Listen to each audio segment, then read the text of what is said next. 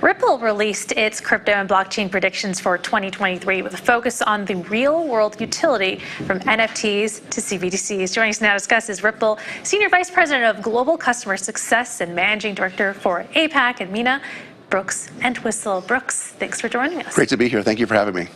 All right, so walk us through Ripple's crypto predictions for 2023 we have here. What are you most excited about? You know, first of all, it's great to be back at Davos. We were here in May. The world has changed dramatically, which I'm sure we may talk about.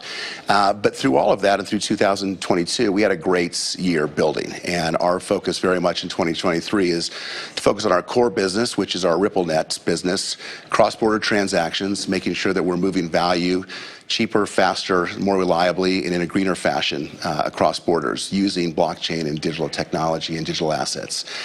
So we believe that will continue to grow. We're going to continue to focus there.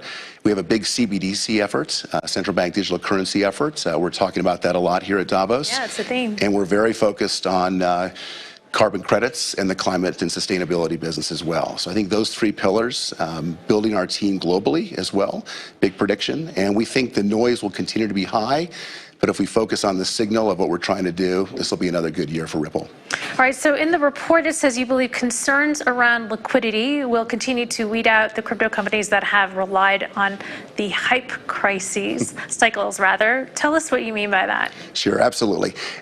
Look, in May when you were here and going on the promenade, which I know you all were here as well, it was crazy. I've been coming to Davos since 2010 and have seen different iterations like your previous guest. And that was the height of the hype factor, even though it was a bit dated from peak crypto. What we found now is we really want to make sure that every one of our business units or endeavors are going after things that are real world utility, that are solving real problems and not just solutions looking for problems. So that's really what we mean by that. And we're going to dedicate resources around the world to do that. We're building outside the US very rapidly, given the opportunities we see. But we're not going to go kind of off-piste and try to chase shiny things this year. There's no room or time for that with this kind of environment. In terms of, you mentioned CBDCs is on your radar. In what regard, how are you helping out with that? Absolutely. We have an interesting approach. We realize we're not going to solve that problem for every single central bank around the world. We're very targeted.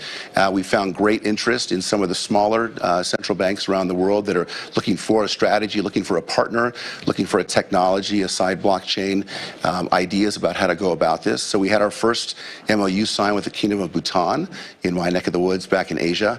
Palau is an example, but we're in conversations with dozens of central banks around the world trying to figure out the best way to help them across this goal. They want to use XRP or Ripple Labs or to develop it? They want to use technologies that will help them help their own citizens. And so we don't believe there's any one solution for all these central banks in this technology across the world.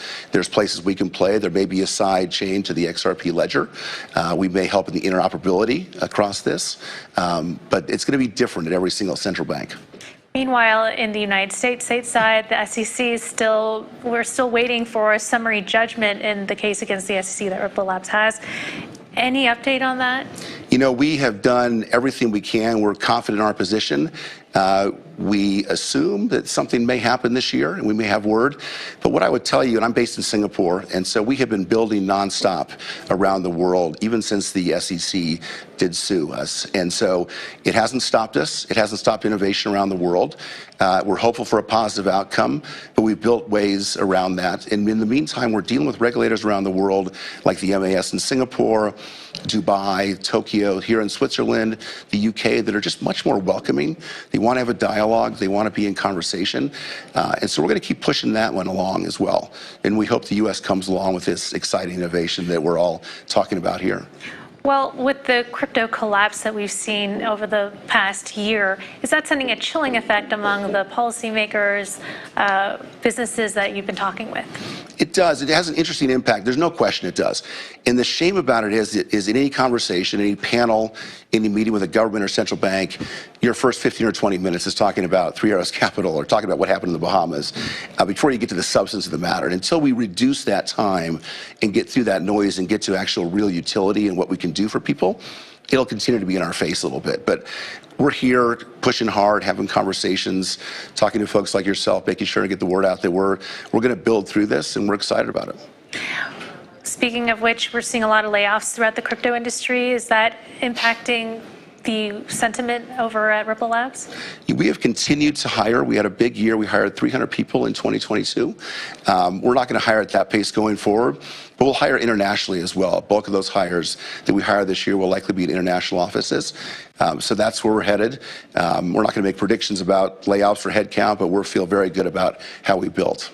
Meanwhile, Ripple and Solana are teaming up apparently with the Global Blockchain Business Council to explore crypto-based solutions for climate change. Tell me a bit about that.